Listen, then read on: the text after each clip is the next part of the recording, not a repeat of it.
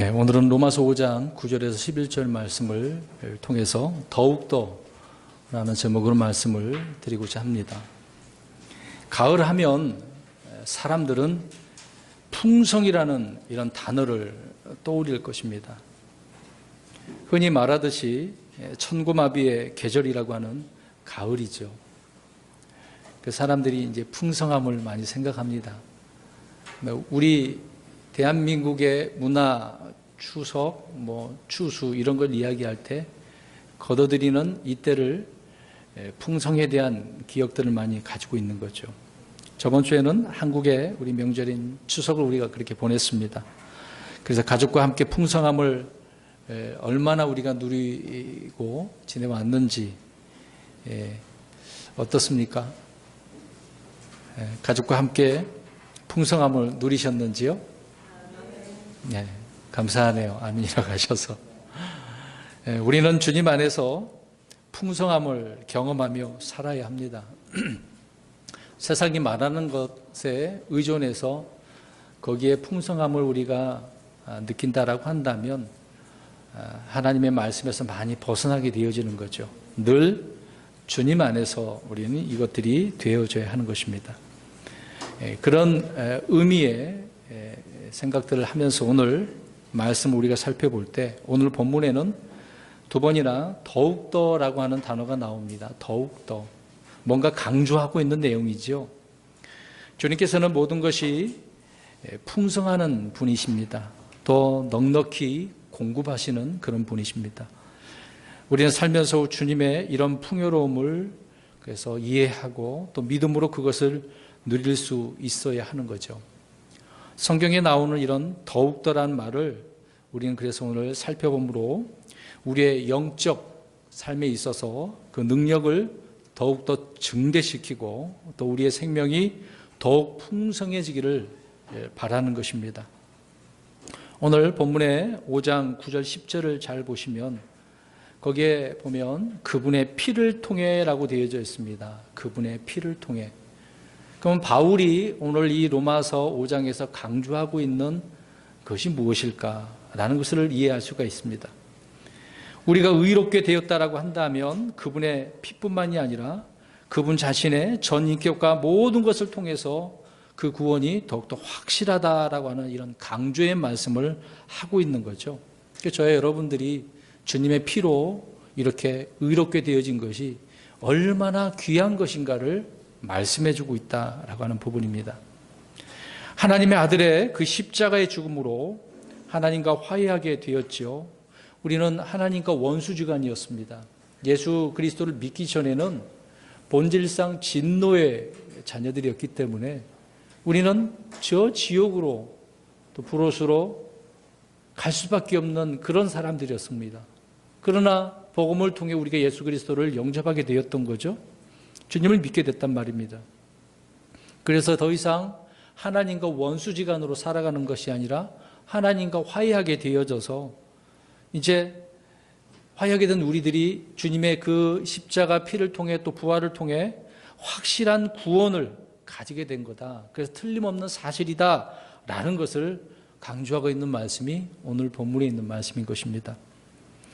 주님께서 부활하심으로 말미암아 그 살아계심으로 인해 그분의 피와 그분의 죽음을 통해서 이룬 그 모든 구원 사역을 더욱더 완전하게 하신 것이다 라고 하는 것입니다. 그래서 여기에 계신 저와 여러분도 주님을 믿는 것이기 때문에 불안한 구원이 아니죠. 불안한 의로움이 아니라는 겁니다. 한 번 구원은 영원한 것이고 그 의로움은 영원한 겁니다. 주님으로 말미암아 됐기 때문에 그러는 거죠. 그러나 내 의는 내가 바라는 그런 힘의 어떤 구원은요 늘 불완전하고 잘못될 수밖에 없는 거죠. 그러나 우리 주님께서 이루신 것은 전혀 오차도 없고 오류도 없고 완벽하고 완전하다라고 성경은 말씀하고 있는 것입니다. 그래서 주님께서 이루신 그 모든 일들이 더욱더 완전하게 한 거다라는 것입니다. 주님의 피와 그 십자가의 죽음을 통해 그래서 구원의 사역은 다 이루어진 거죠. 그러니까 주님께서 십자가에 죽으실 때 뭐라고 그랬습니까? 마지막 한마디 말씀이 다 이루었다.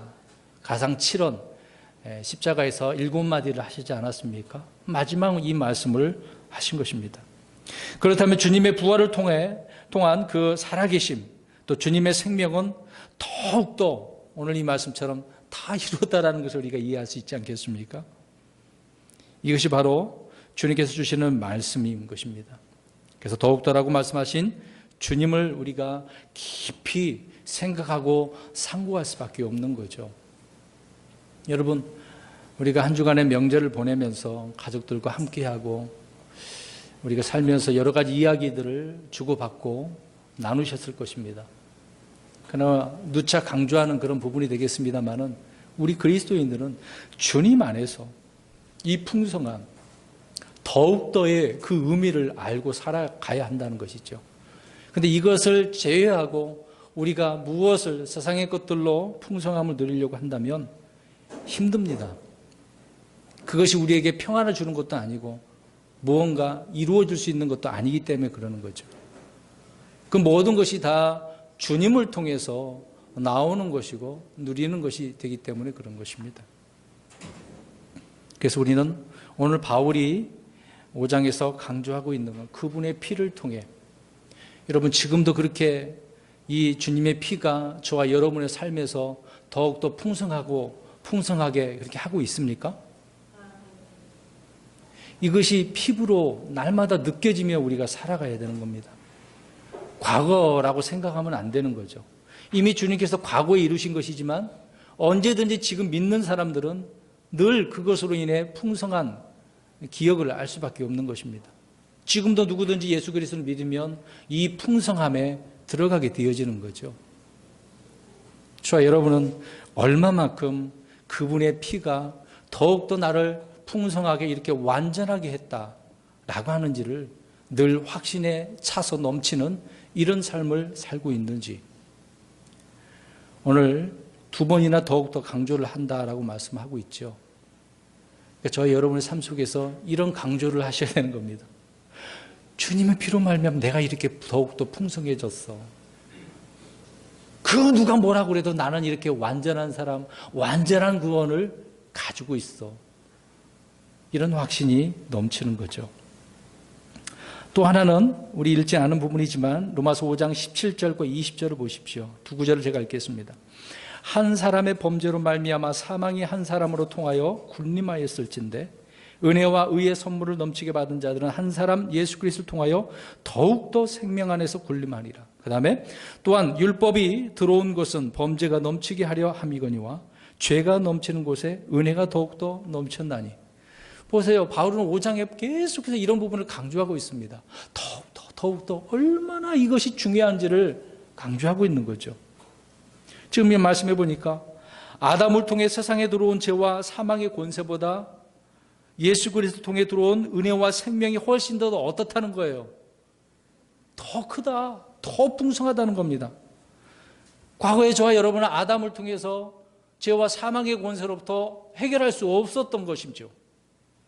그러나 이제 주님의 그 은혜와 생명이 이거 사망보다 더 크다라는 사실을 볼 때 더 이상 우리가 사망에 헤맬 필요는 없는 거잖아요.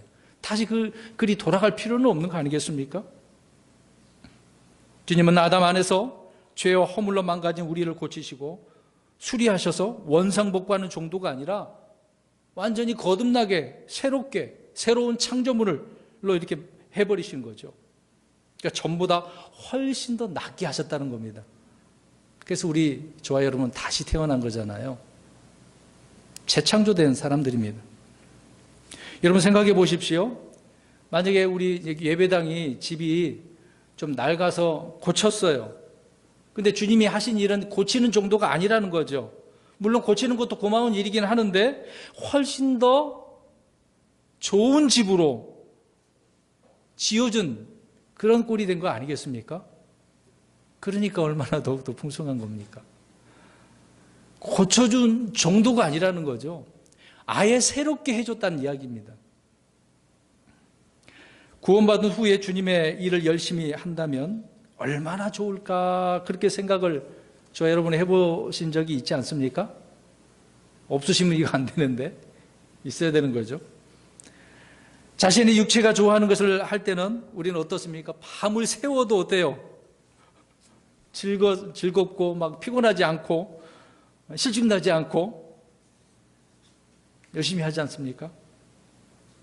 막 은밀하게 하고 싶은 그런 욕망도 막 넘치죠.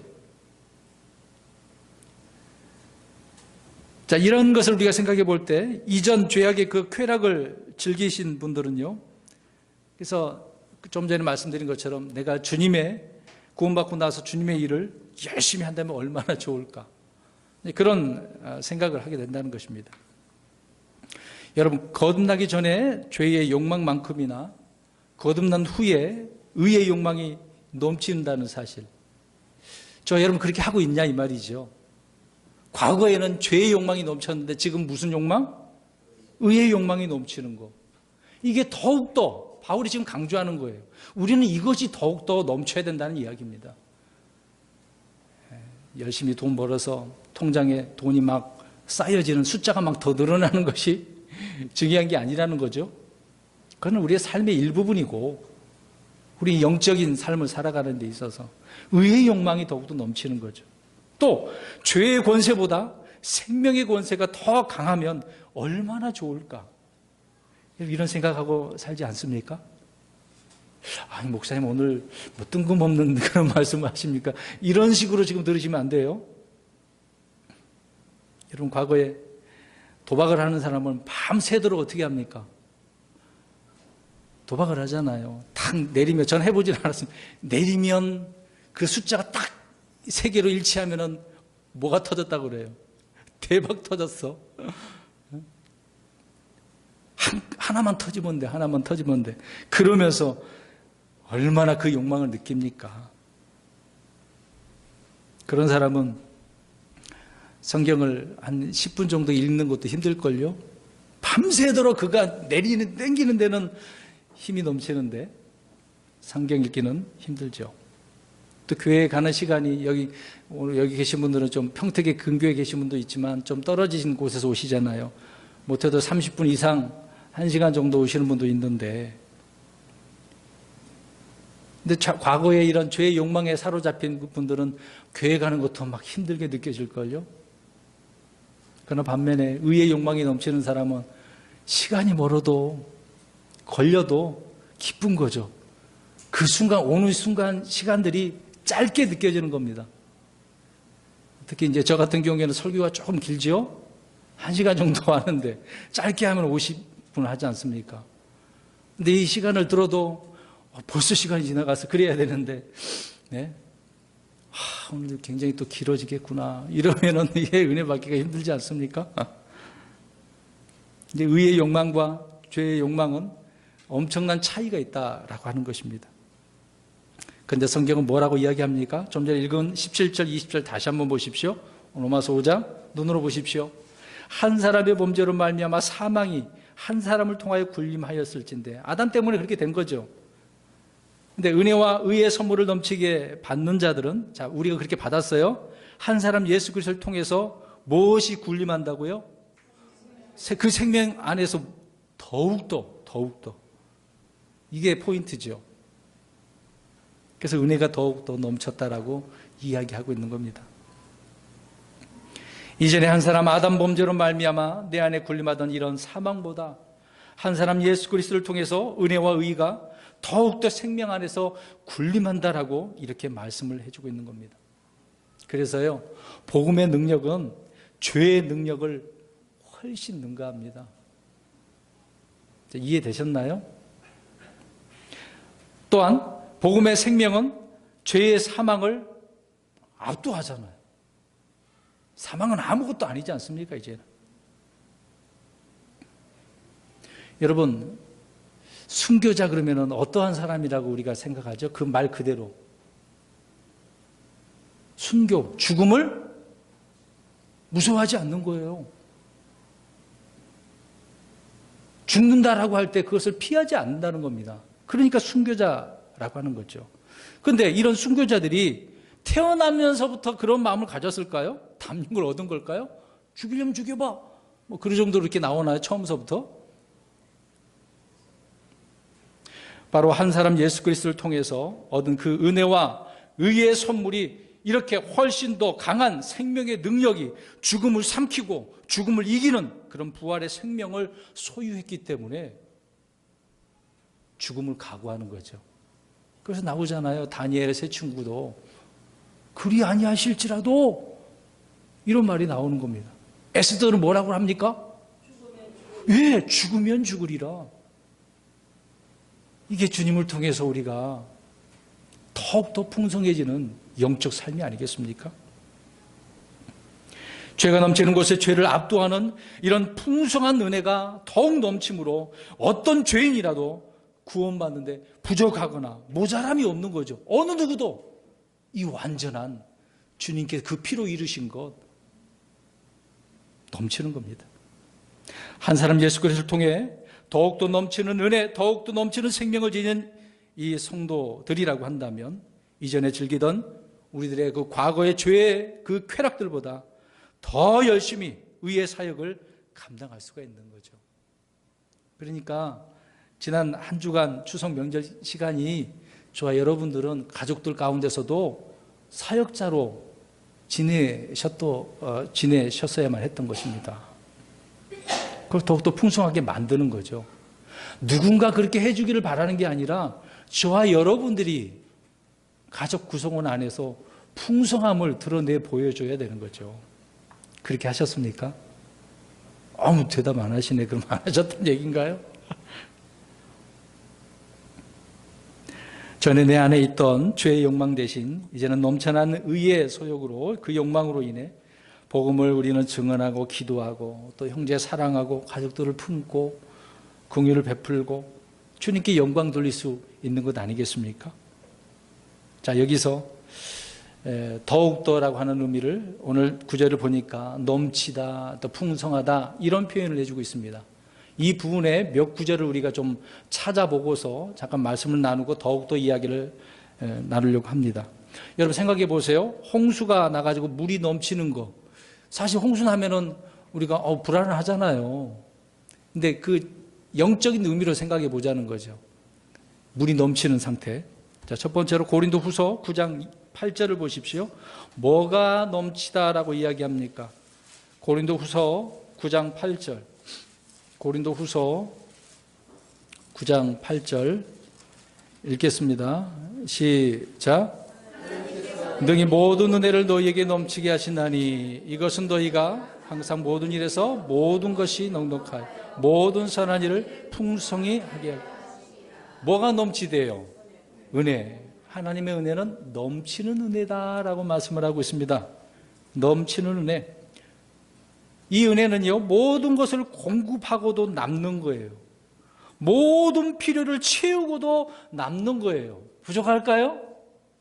남는다니까. 죄가 넘치는 곳에는 죄보다 훨씬 더 은혜를 넘치게 함으로 이 죄의 소욕을 물리치게 되어지는 것입니다. 뭐든지 넘치는 것은 부족하는 것보다 못하다는 세상 진리와는 반대로 주님의 은혜는 조금의 아쉬움도 없죠. 부족함도 없는 거예요. 차고 넘치는 은혜다라고 말씀을 하고 있는 것입니다. 그래서 주님은 주님 백성들에게 빵을 주실 때, 자, 대답을 해보세요. 알맞게 주실까요? 넘치게 주실까요? 그렇죠. 주님 알맞게 해주세요. 그게 주님은 우리에게 알맞게 주신대요. 생명의 양식도 마찬가지입니다. 자, 그냥 고린도후서 9장 14절 보세요. 또 하나님의 넘치는 은혜. 15절 보세요. 읽어봅니다. 시작. 하나님의, 그렇죠. 이루 말할 수 없는 하나님의 선물. 이것이 바로 우리에게 주신 하나님의 넘치는 은혜다. 그것입니다.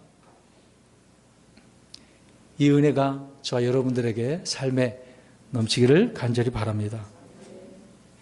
이게 풍성한 거죠. 예? 흔히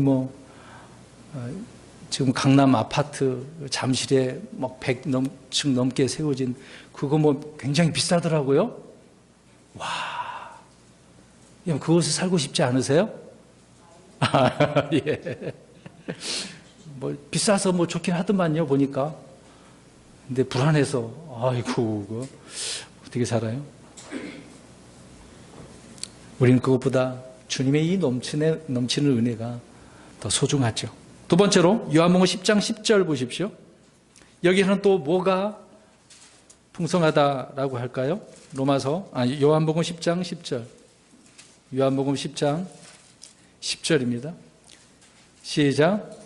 도둑이 오는 것은 다만 도둑질하고 죽이고 멸망시키려 함이거니와 내가 온 것은 양들이 생명을 얻게 하고 또 생명을 더 풍성히 얻게 하려 함이라. 주님께서 왜 오셨다고요? 생명을 풍성하게 하시려고. 진정한 생명은 주님을 통해서 있는 겁니다. 우리가 살아가는 생명, 잘 살면 100년 조금 넘겠죠. 의학이 발달해가지고 지금 사람들도 잘 안 죽어요. 그래서 막 연세 드신 분들이, 노인분들이 많이 생기죠. 고령화 시대가 됐습니다. 이제 그게 중요한 게 아니죠. 주님의 풍성한 생명. 여러분, 울창한 초목이 우거진 그 살림을 보면서 우리는 그 푸른 생명력에 감동을 합니다. 우리 봄이면 그렇잖아요. 겨울을 지나고 봄에 막 잎이 나오고 꽃이 피고 막 보일 때, 이야, 아름답다. 그러면 어때요? 봄에는 막 여기저기 산으로 다니잖아요. 가을이면 또 지는 것을 보게 되겠습니다만은 그 생명력에 감동을 하지 않습니까? 야, 죽은 줄 알았는데 다시 잎이 또 이렇게 나는구나. 그 생명력을 생각해 보세요. 반면에 늦가을이 지나 이제 가을 좀 있으면 좀 넘어가죠. 겨울이 되면 우리는 그 초목에서 생명력을 찾아볼 수가 없습니다. 잎이 졌으니까 이제 죽었다라고 생각 안 하는 거잖아요. 추운 겨울을 또 이겨내야 되는 겁니다. 그리스도인들은 하나님의 주시는 영적 생명을 통해서 이렇게 사그러지지 않는 불꽃처럼 출체할 수 없는 이런 생명력을 가지고 있는 겁니다. 저와 여러분들에게 이런 생명력이 있나요? 그래서 성경 말씀하잖아요. 7번 넘어져도 다시 어떻게 합니까? 일어나는 거죠. 이게 주님을 통해서 얻는 생명력, 능력, 힘이 아니겠습니까? 이 생명에서 누가 이거를 빼앗을 수가 있겠습니까? 10장 10절에 분명히 생명을 더 풍성히 얻게 하시려고 주님께서 오셨다고 하지 않습니까? 그러니까 오늘 본문 5절에 로마서 5장 9절 10절에만 강조하고 있는 것처럼 주님께서는 그 피로 말미암아 이렇게 풍성하게 하신 것이죠. 저와 여러분이 지닌 생명은 땅에서 난 생명이 아닙니다. 뿌리가 잘려진 나무나 가지도 아니죠. 우리의 생명은 피조된 그런 생명이 아닙니다. 우리의 생명은 생명의 창조주이며 생명 자체이신 예수 그리스도 그분에게 뿌리를 내리고 있는 거죠. 그러니까 이렇게 살아있는 겁니다. 육신적으로 살아야 돼 그렇게 생각하지 마세요. 영적으로 살아있는 거예요. 우리의 영이 살아있습니다. 이 생명은 죽음에 굴복하는 것이 아니라 죽음을 삼키는 생명, 부활의 생명이라는 것입니다. 겨우겨우 살아가는 그런 궁핍한 공급이 아니죠. 넘치는 공급이라는 겁니다. 여러분 힘들 때 우리는 겨우겨우 산다 그러잖아요.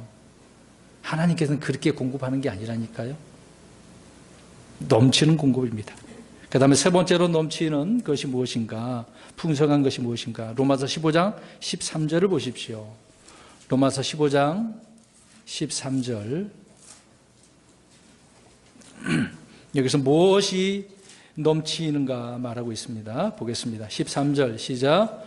이제 소망이 하나님께서 너희가 믿는 가운데 모든 기쁨과 평강으로 너희를 충만하게 하사 성령의 권능을 통해 너희에게 소망이 넘치게 하시기를 원하더라. 바울은 지금 무엇이 넘치기를 원하고 있어요? 소망이 누구에 대한 소망입니까? 주님에 대한 소망이잖아요. 여러분 흔히 과거가 없으면 미래가 없다라고 말을 합니다. 그런데 우리는 반대로 생각해야 돼요. 미래가 없으면 현재가 없는 거예요. 그러니까 우리 다른 거예요. 차이가 있는 겁니다. 주님은 저와 여러분에게 소망을 넘치게 해주셨습니다. 다가올 영광을 미리 보게 하시고 우리에게 주어질 유업의 그 상급이 어떤 것인지 알려주셨죠. 또 우리의 몸이 어떻게 변화될지, 장차 이 세계가 어떻게 될지 아주 더 상세하게 말씀해 주시고 우리의 마음에다가 심어주셨어요. 그 내용들이 주님의 다시 오시고 공중에 들림받는 거고 또 몸의 부활도, 천년왕국도, 새하늘과 새 땅도, 새 예루살렘도, 영원한 왕국, 영원한 때, 말할 수 없는 그 계시가 쏟아져 기록되어져 있지 않습니까?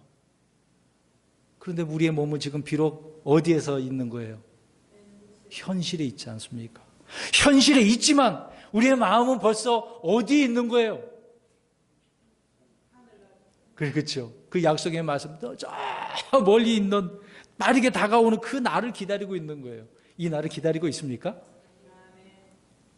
이 날이 기대가 되어야 되잖아요. 이 풍성함, 여러분 날마다 이 생각을 해보세요. 괴롭다, 슬프다, 너무 어려워, 그런 생각 겨를도 없어요. 겨를이 없습니다. 네 번째, 빌립보서 1장 9절을 보니까 여기에는 무엇이 풍성하다고 하는지도 보겠습니다. 빌립보서 1장 9절. 풍성하고 넘치는 것이 무엇인지 찾고 있는 겁니다. 빌립보서 1장 9절 시작. 내가 이것을 기도하노니 곧 너희의 사랑이 지식과 모든 판단에서 여전히 더욱더 풍성해지고, 여기서 보니까 빌립보에 있는 성도들에게 바울이 무엇이 풍성해지기를 원하고 있습니까? 사랑. 주님의 사랑이잖아요. 하나님의 사랑입니다. 하나님 우리에게 사랑을 부어주셨죠. 아무리 애정 결핍 가운데서 자라나고 사랑이 뭔지도 모르는 이기적인 그런 사람이라 할지라도 주님을 영접하면 이 사랑을 깨닫게 되어지고 그 사랑으로 형제들을 사랑할 수 있게 되어지는 겁니다. 우리가 주님을 믿기 전에는 이런 사랑이 없잖아요. 지금 보세요. 많은 가족들이 서로 가족끼리 원수지간이잖아요. 소원한 관계. 명절에는 가족인데도 저 원수 또 봐야 되네, 이런 식으로 생각하면 큰일 나는 겁니다. 안 되는 거죠. 로마서 5장 5절 보니까 소망이 우리를 부끄럽게 하지 아니하면 우리에게 주신 성령님에 의하여 하나님의 사랑이 우리의 마음에 넓게 부어졌기 때문이라. 사랑이 넘치니까. 여러분, 내 안에 부어진 이 사랑은 점점 더 풍성하게 되어져야 되는 겁니다. 오늘 풍성했으면 내일은 더 풍성해져야지요. 바울 사도는 이런 점을 기억하고 오늘 금방 읽은 빌립보서 1장 9절에 그렇게 기도하는 거예요. 자신뿐만 아니라 우리 형제 자녀들을 위해서도 하나님, 우리 형제 자매, 우리 자녀들 이 사랑이 풍성해지게 해주세요. 이런 사랑을 소유하게 해주십시오. 이런 기도를 해야 되지 않겠습니까? 이런 기도는 안 하고 다른 기도만, 우리 자녀들에게 똑똑하게 해주세요. 앞으로 성공하게 해주세요. 그거는 살아가는 일부분이잖아요. 누구나 바라는 것 아닙니까? 우린 좀 차원을 좀 뛰어넘어야죠. 뛰어넘어야지. 주님의 것이 풍성하게 해달라고 기도를 해야 되는 거 아니겠습니까? 우리의 육신 옛 자아는 자기 외에 누구도 사랑하지 못하는 겁니다. 하지만 주님의 사랑을 공급받아서 그 사랑으로 살아갈 때 원수를 축복하고 자기를 대적하는 자를 위해서 기도할 수 있는 거죠. 이렇게 살아가고 계십니까? 여러분, 이것은 우리 인격의 소양 문제가 아닙니다. 학문의 문제도 아니에요. 이런 사랑은 바로 내 안에 부어진 사랑이 있고 그 사랑이 점점 더 풍성하게 됨으로 자연스럽게 드러나는 겁니다. 자연스럽게. 그런데 성도들 간에도 사랑이 전혀 없다고 한다면 누가 그 사람을 그리스도인이라고 할 수가 있겠어요? 형제 사랑을 통해서 세상은 우리가 주님의 제자인 줄 알게 된다고 주님께서 요한복음에서 말씀하고 있지 않습니까? 다섯 번째로 고린도후서 1장 5절을 보십시오. 고린도후서 1장 5절. 뭐가 여기에서 또 넘치는지 보겠습니다. 근데 이런 단어에서 또 막히죠, 성도들은. 그러면 안 돼요. 그렇지만 이것이 있어야 돼요. 왜 중요한가를 알 수 있습니다. 1장 5절 시작. 그리스도의 고난이 우리 안에 넘치는 것 같이 우리의 안위도 그리스도로 말미암아 넘치는도다. 아멘. 아니 뭐 사랑도 넘치고 소망도 넘치고 다 좋은데 고난이 넘치는 거, 주님 좀 생각해 봐야 되겠네요. 그러면 안 된다고요. 그리스도의 고난이 우리의 삶 속에서 내 안에서 이걸 넘쳐야 된다라고 강조를 하고 있습니다. 성도들은 누구나 다 주님의 일꾼, 즉 사역자들이죠. 주님의 군사들입니다. 일꾼이 일하는 동안에 어찌 평안과 자기 만족을 추구할 수 있겠어요? 당연히 그리스도의 고난이 넘칠 것이라는 것을 생각하고 있어야 되는 거죠. 그리스도의 고난이 우리 안에 이렇게 넘치면 주님이 주시는 위로 역시 차고 넘치게 되어지는 겁니다. 자, 고난이 넘치면 뭐가 또 넘친다고요? 위로. 그 주님의 위로. 누가 나를 위로해 줄까? 바울이 얘기하잖아요. 괴로워, 고통스러워. 누가 나를 이런 사망의 몸에서 건져낼까? 그 주님의 위로를 우리가 경험하는 거죠. 주님은 그런 분이라는 겁니다. 고난 없이 놀고 먹는 자들에게 주님이 무슨 위로와 격려와 힘을 줄 수 있겠어요? 불가능한 일이죠. 그리스도의 고난이 내 안에, 우리 안에, 우리의 가정에, 또 우리 교회에 넘친다면 주님의 그 위로 역시 넘치는 겁니다. 믿으십니까? 말씀드린 것처럼 주님 그래도 고난은 좀 안 주시면 안 됩니까? 있어야 된다고요. 무슨 이런 목사님이 다 있어. 그러지 마시고 주님의 말씀이니까. 여섯 번째로, 넘치고 풍성함에 대해서 에베소 3장 20절에는 뭐가 넘친는지를 말씀하고 있습니다. 여기서는 또 좋아요 그럴 거예요. 또 이 구절을 보면 에베소 3장 20절입니다. 시작. 이제 우리 안에서 일하는 권능에 따라 우리가 구하거나 생각하는 모든 것 이상으로 힘이 넘치도록 능히 행하실 분에게. 아멘. 뭐가 넘친대요? 기도했는데 뭐가 넘친대요? 응답이 넘친대요. 응답이. 이런 대목에서는 더 좋아하죠. 고난보다는 더. 성도들은 무엇에나 부족함이 없는 거예요. 기도에는 제한이 없어요. 응답 역시 마찬가지로 제한이 있어요, 없어요? 없다는 이야기입니다. 주님은 기도에 제한을 두지 않으셨습니다. 마음 놓고 기도하시라는 거예요. 그런 것처럼 마찬가지로 응답에도 제한을 두시지 않으시고 기도해! 주님의 뜻대로. 그러면 주님이 주신다는 겁니다. 그래서 우리는 주님으로부터 이런 살아가는 부분에 많은 것들을, 위대한 것들을 구하는 거죠. 그런데 보세요. 이렇게 기도할 거예요. 주님, 능력에 맞는 일을 주세요. 그럴 겁니다. 자, 맞아요? 능력에 맞는 일이 아니고 이 일에 맞는 능력을 달라고. 이런 일이 있으면 여기 맞는 능력을 달라고. 그럼 보세요. 반대로 능력에 맞는 일을 한다고 한다면 나 능력 없으면 못하는 거잖아. 정말 힘들고 어려운 그런 일이 내일이 닥쳤어. 주님, 이걸 견딜 수 있는 능력을 주세요. 그렇게 기도해야 정상 아닐까요? 일에 맞는 능력, 내 능력에 맞는 일을 달라는 게 아니라.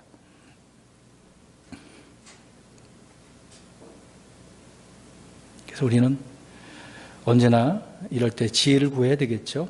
기도에 서툰 분들은 이런 기도를 하셔야 됩니다. 기도를 통해 주님께 구하고 주님께 응답받는 그런 체험을 통해서 우리의 신앙은요, 점점 성숙해 나가는 겁니다. 자, 그 다음에 크게 세 번째로 더욱더에 대해서 이제 이야기하려고 합니다. 뭐가 또 바울은 더욱더라고 이야기하는지. 빌립보서 2장 12절 가서 보십시오. 빌립보서 2장 12절입니다. 빌립보서 2장 12절 시작. 그러므로 나의 사랑하는 자들아 너희가 항상 순종한 것 같이 내가 있을 때뿐 아니라 지금 내가 없을 때에도 더욱더 순종하여 두려움과 떨림으로 너희 자신의 구원을 일하여 드러내라. 아멘. 더욱더 순종해서 두려움과 떨림으로 무엇을 드러내래요? 자신의 구원을, 내가 구원받은 것에 대해서 이렇게 내가 성장해 나가고 성화해 나가고 성숙한 것을 드러내라고요. 드러내라고. 이것을 더욱더 드러내라고. 자, 여기서 말하는 더욱더는 우리의 자라나는 성장, 성숙한 것, 성화해 돼가는 것, 이걸 말하는 겁니다. 구원받은 성도는 우리 안에서 일하시는 하나님께서 자신의 기뻐하시는 뜻을 두시며 또 행하시기에도 하는 것들에 대한 이런 것.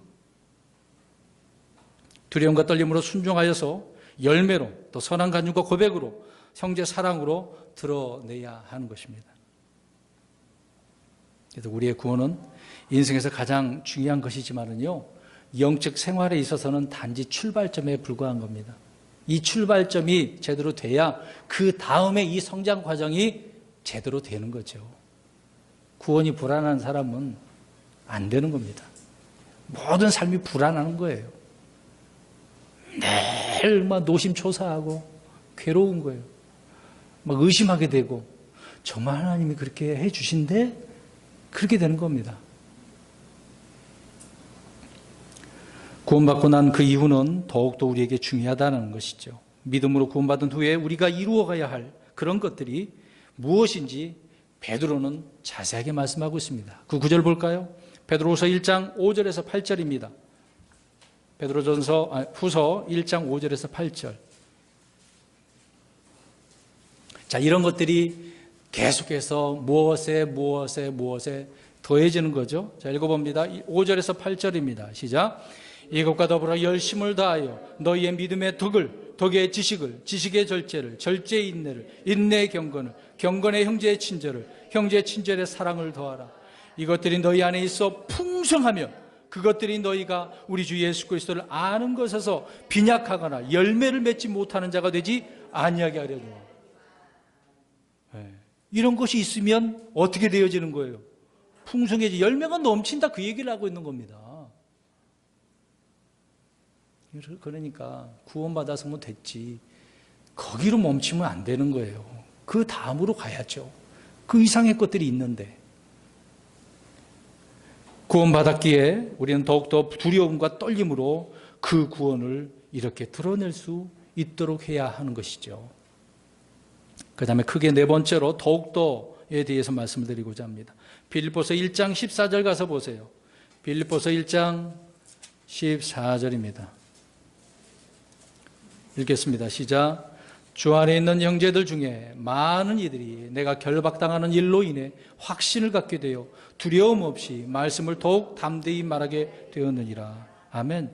자, 여기서 무엇을 말하고자 하냐면요, 우리의 이제 주를 섬기는 것, 그 말씀에 순종하는 것, 사역을 하는 것이 더욱더 풍성해지, 그 얘기를 하고 있는 겁니다. 우리는 힘들고 어려우면 우리는 더욱 순수해지고 더욱 겸손해지고 더욱 주님을 신뢰하게 되겠죠.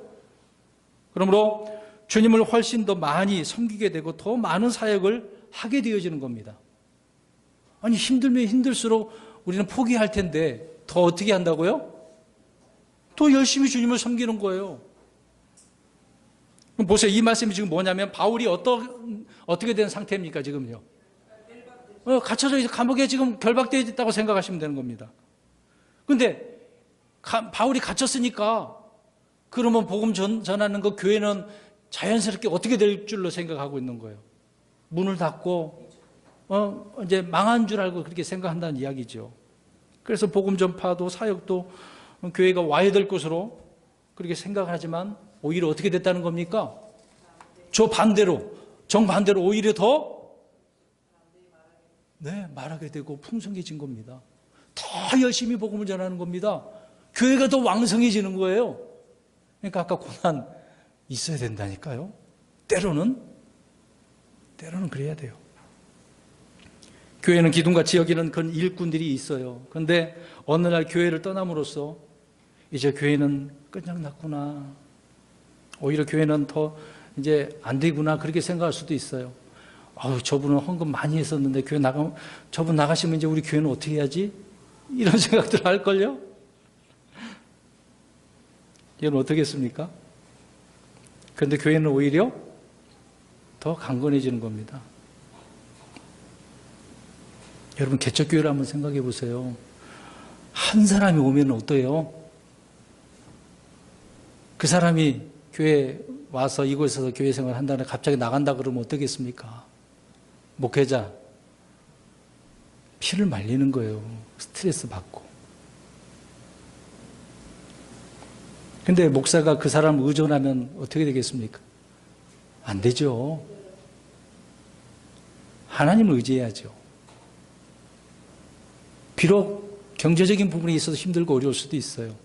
근데요, 목회자의 마음은 주님을 신뢰하기 때문에 더 강건해져서 메시지도 강하게 선포가 되고, 그 교회는 비록 사람이 적다 할지라도 능력 있는 성도들이 넘치게 되는 겁니다.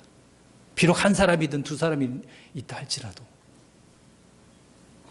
저는 그것을 경험했기 때문에 자신 있게 이렇게 말씀드릴 수 있습니다. 교회 누가 헌금 많이 해도 그렇게, 물론 교회 형편은 좀 좋아질 수도 있겠죠. 그렇다고 해서 저는 흔들리지 않거든요. 여러분, 주님의 사역은 내가 이루는 것이 아니라 나를 통해서 주님이 이루시기 때문에, 주님이 하시기 때문에 그렇습니다.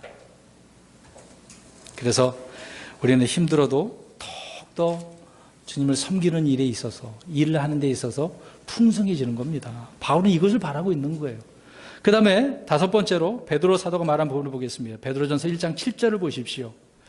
무엇이 또 더욱더 우리에게 더해져야 되는지를 말씀하고 있는지 보겠습니다. 베드로전서 1장 7절입니다. 베드로전서 1장 7절입니다. 시작.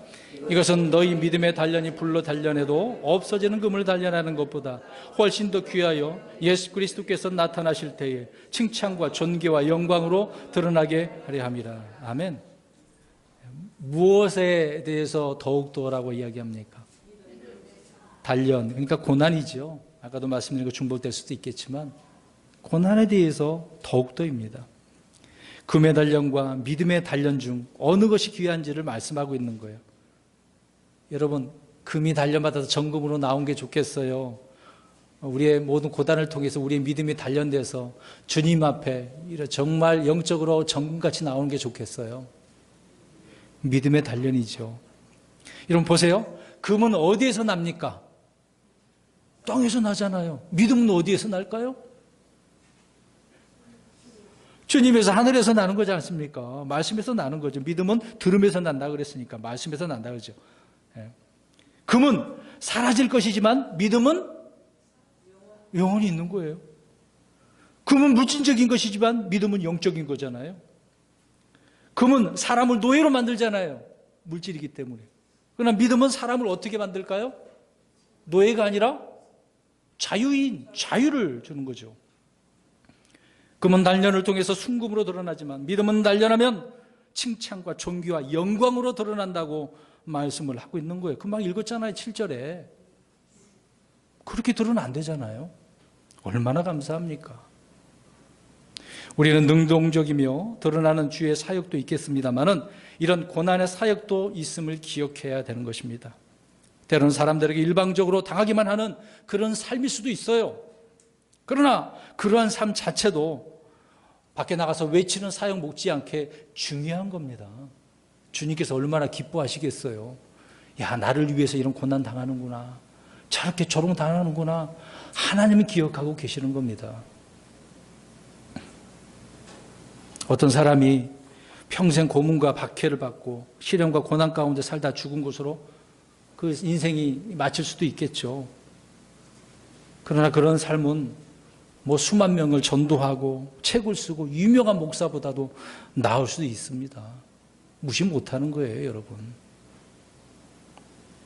이름이 날린 유명한 목사도 뭐 나름대로 하나님께 사용하시는 것이지만 정말 고난과 박해를 받는 그런 사람,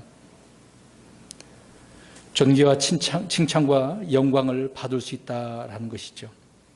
여러분, 고난이라고 하는 것이 그 무게가 무거울까요? 가벼울까요? 가벼워야 됩니까? 무거워야 됩니까? 이제 그 구절 찾아봅니다. 고린도후서 4장 17절 보겠습니다. 이 고난을 통해서 영광이 오는데요, 그 고난은 엄청나게 무겁대요. 그 무거운 게 잘못된 무거움이 아니라 그 중요하고 가치를 주님께 인정하셔서 보상해 주신다는 이야기죠. 고린도후서 4장 17절 시작.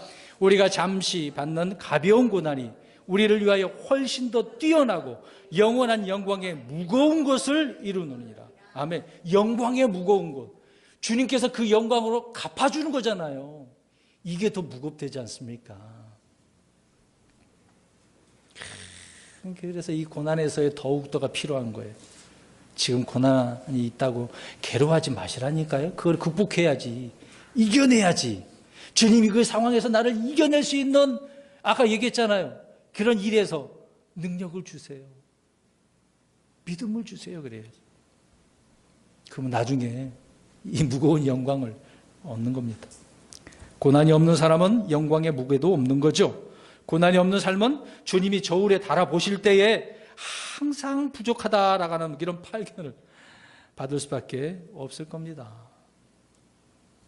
고난에서의 더욱더. 그 다음에 여섯 번째로 히브리서 10장 25절을 가서 보십시오.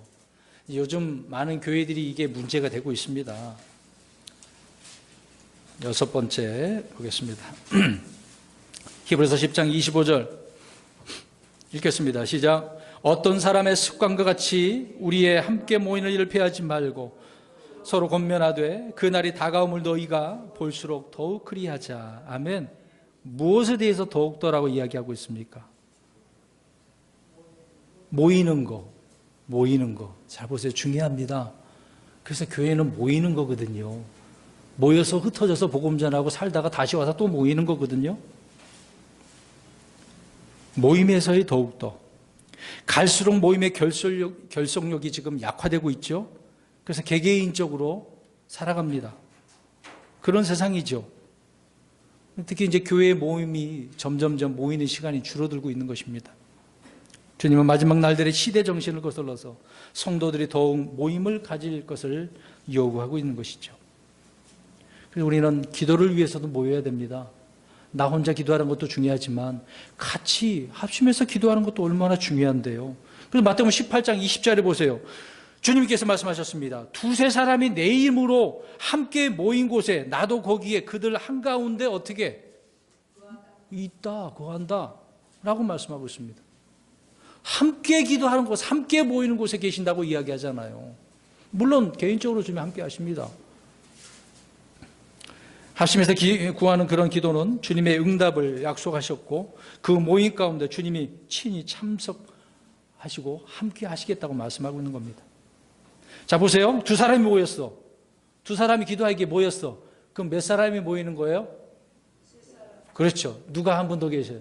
주님이. 이거 보세요. 그럼 세 사람이 모였어요. 몇 사람이 모인 거예요? 네 사람. 우리가 아셔야 됩니다.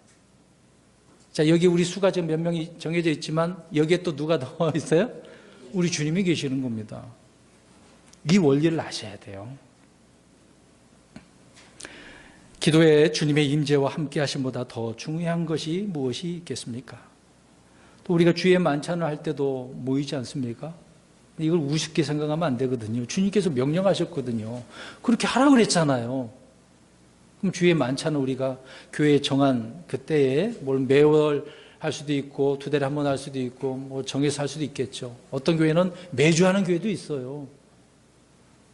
뭐 그건 자유롭게 할 수 있는 부분이지만 우리는 이것을 위해서도 하는 거죠. 빵도 나누고 잔도 나누고 이게 영적 진리를 우리가 얻기 위해서 순종하는 거죠. 혼자 드리는 예배와 혼자 드리는 기도 비교할 수 없는 겁니다. 네, 흩어지고 모이지 않게 하는 것은 누구의 전략일까요? 네, 그걸 잊지 마세요. 주님은 모이라고 그랬습니다. 마지막 일곱 번째입니다. 히브리서 12장 25절 보십시오. 여기에서는 무엇에 대하여 더욱더 그렇게 말씀하고 있을까요?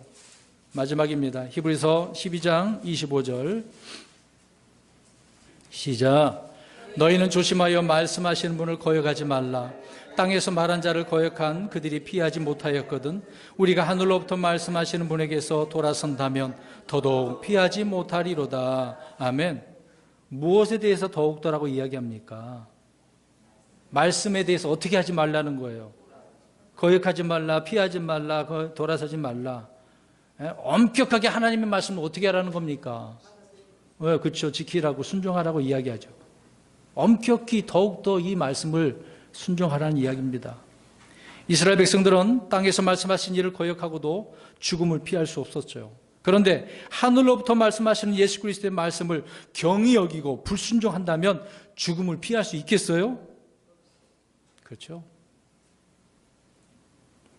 그래서 요한계시록에 나오는 7 교회에 귀 있는 자는 성령께서 교회들에게 말씀하시는 것을 들을지어다. 반복적으로 여러 번 말씀하지 않습니까?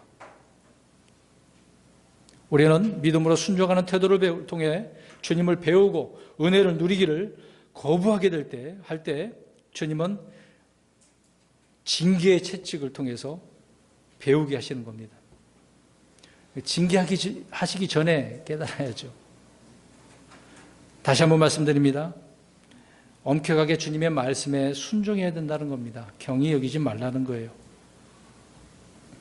오늘 우리는 부활하시고 또 살아계시며 다시 오시는 그런 주님의 이런 더욱더라고 하는 이런 말씀 속에서 매일의 생활을 주님과 깊은 친교, 교제 가운데 믿음으로 행하는 사람이 되어야 되는 것입니다.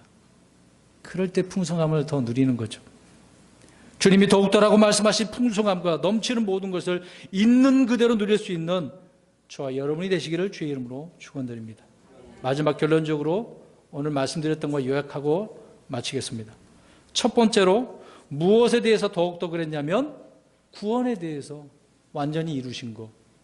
날마다 그리스도의 피로 우리가 구원받게 된 그 완전한 구원, 더욱더 풍성한 것을 우리가 경험해야 되고, 두 번째로 예수 그리스도를 통한 넘치는 은혜에 대해서 우리는 더욱더 넘치는 것입니다. 세 번째로 구원받은 그 이후에 우리의 성화, 성장, 그리고 성숙한 것에 대해서 더욱더 풍성해져야 되고, 네 번째로 우리가 주님을 섬기는 것, 일하는 것에 대해서 더욱더 넘쳐야 되는 거고, 다섯 번째로 고난에서의 더욱더, 여섯째 모임에서의 더욱더, 일곱 번째 말씀의 엄격함에 더욱더 풍성해져야 되는 것입니다. 이런 삶이 이번 가을에, 이런 계절에 넘치시기를 주의 이름으로 축원합니다.